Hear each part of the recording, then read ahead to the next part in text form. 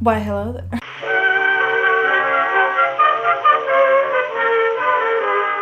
Hello and welcome back to Mad Monk Vlog. My name is Amy from Mad Monk Costumes, and today I'm going to be talking to you about Genderbend cosplays, and I'll be giving you some examples of Genderbend cosplays, different ways to do it, and giving you some tips on if you're just starting out in Genderbend or if you see a character you really want to cosplay, some basic tools on how to get started and some ways of pulling your costume together. I do many different Genderbend cosplays. I do a Jack Sparrow, I do Mad Hatter, I'm working on a Willy Wonka cosplay, I did a Jack Skellington cosplay.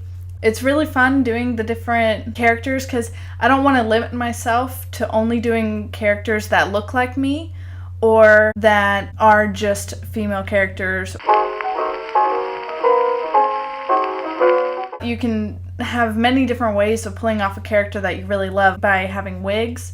And just because if you have like a lot of hair like I do, or when I did have like a really long hair, you can still use wigs or even dye your hair temporarily or make your hair look a certain way for a character. So don't limit yourself to what characters you want to cosplay by what you look like or if it matches with your body type, your physical appearance perfectly. It doesn't really matter.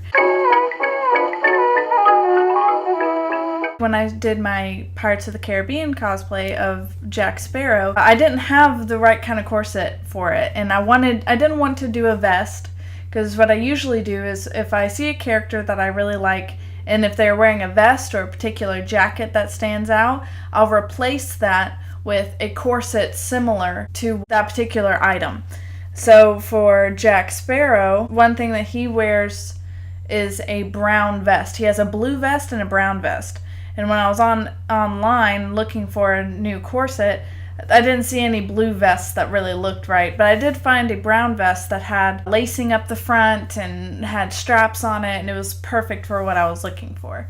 So I ordered that online, and then it came in and it fit perfectly. I suggest when ordering corsets, make sure you check the reviews and make sure you're getting the right size. I would even suggest getting one a little smaller if it's got lacing on it. You can't really go wrong with that because you can get more lacing or it can be bigger. Don't get it too small, but just a little smaller won't hurt anything. If you get it too big, then you can't do anything about it because the lacing will only go so far. I went and did a photo shoot for my Jack Sparrow cosplay, and here I have some clips of me putting on the costume. You can see me putting on the shirt. I started off with just a basic white poofy shirt, just like Jack Sparrow has. And then you can see me putting on the corset and the wig and different things. So you can obviously tell that I am Jack Sparrow in this cosplay. I don't look exactly like Jack Sparrow. It's my own little version of it. My dad likes to call it Jackie Sparrow. It's the same thing with my Mad Hatter cosplay. When I walk around Comic-Con in my Mad Hatter cosplay, you can tell that I'm the Mad Hatter. There's no doubt about it. But I'm still a very feminine version. You know, I'm still me. I am wearing a corset, a skirt, some goofy shoes that I really like. The hats are really what give it away of who I'm cosplaying. If I was the Mad Hatter, I'd probably look more like a clown if I didn't have my hat with the 10-6 on it. And it looks a lot like the Mad Hatter's hat from Alice in Wonderland, Johnny Depp's version of the Mad Hatter. I even made that hat from scratch, and that hat isn't exactly like from the movie. It's my own version of it. You won't find that exact hat anywhere else in the world because I made it. That's a wonderful thing about cosplay is you don't have to make it exactly like from the movie or from the TV show or the comic book or whoever you're cosplaying. If you just can't pull it off or if you aren't liking how it looks on you or something, it's okay to go outside of it and have some creative license with a character and kind of make it your own. That's one thing I love about Mad Hatter cosplays and other Genderbend cosplays. None are exactly the same. They're a little different. I love the different versions of the Mad Hatter. When I go to Comic-Con, if I see another Mad Hatter, they're not exactly like me. They're individual in themselves, and a lot of the time it's a guy cosplaying the Mad Hatter as opposed to a female. And same thing with Jack Sparrow. I didn't put on the facial hair or do anything like that. The makeup I did worked for my face. Make it work for yourself and how you like to do your cosplay. There are other cosplayers. I'm going to butcher her name. Allison Tabitha? I believe that's her name. It's Allison. I'll make sure I have it right. But she does amazing cosplays. I love her Genderbends. Her YouTube channel will give you tutorials on how to pull off some of these things. I even used her tutorial for the Jack Sparrow wig to make my wig for my Jack Sparrow cosplay. She does a cosplay and she makes it screen accurate. Like, she makes herself look like a whole nother person with her cosplays. When she's cosplaying Edward Scissorhands or Jack Sparrow, like, she looks exactly like that character, and that's wonderful. She even has makeup tutorials on how to make your face look like that character. Sometimes that doesn't work for everybody. I do Genderbend cosplays and she does Genderbend cosplays. I do them differently than she does. That's what's so wonderful about costuming, is you can do it one way or the other and it will still be individual to yourself. When you're wanting to cosplay a character, go through and look at other cosplayers, watch tutorials. That's what's so fun about doing costumes, is the actual making of it. And like, making the wig for my Jack Sparrow was so messy and so gross, but that was so much fun. It was, I wouldn't have enjoyed it as much if I had just gone and bought a wig.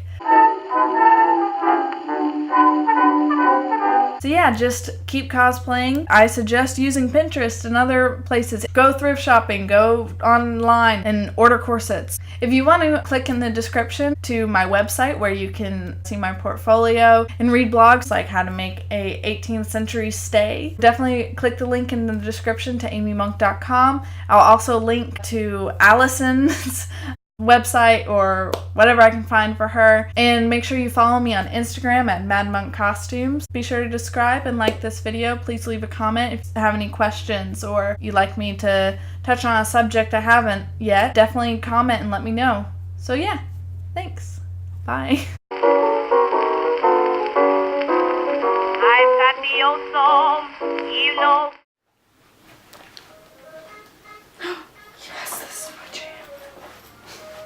So this may not be the time for this one. So at what point when you start making money do I start making money from helping you make money? When I make money. Oh yeah. Blame it on the boogie. The boogie. That satanic boogie. Blame it on the boogie. Blame it on the boogie. Blame it on the boogie. I was gonna say, don't you do it. Don't you do it. Don't.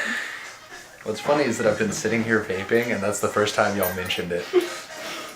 I was afraid that you were just gonna like obnoxiously just be like, Yeah. That's why I had to give you the look, because you said don't, and I was like, I this is the first time I've been tempted.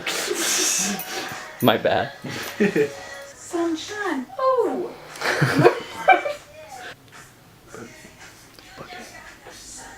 Sunshine. Good times. Good times. Boogie. Boogie.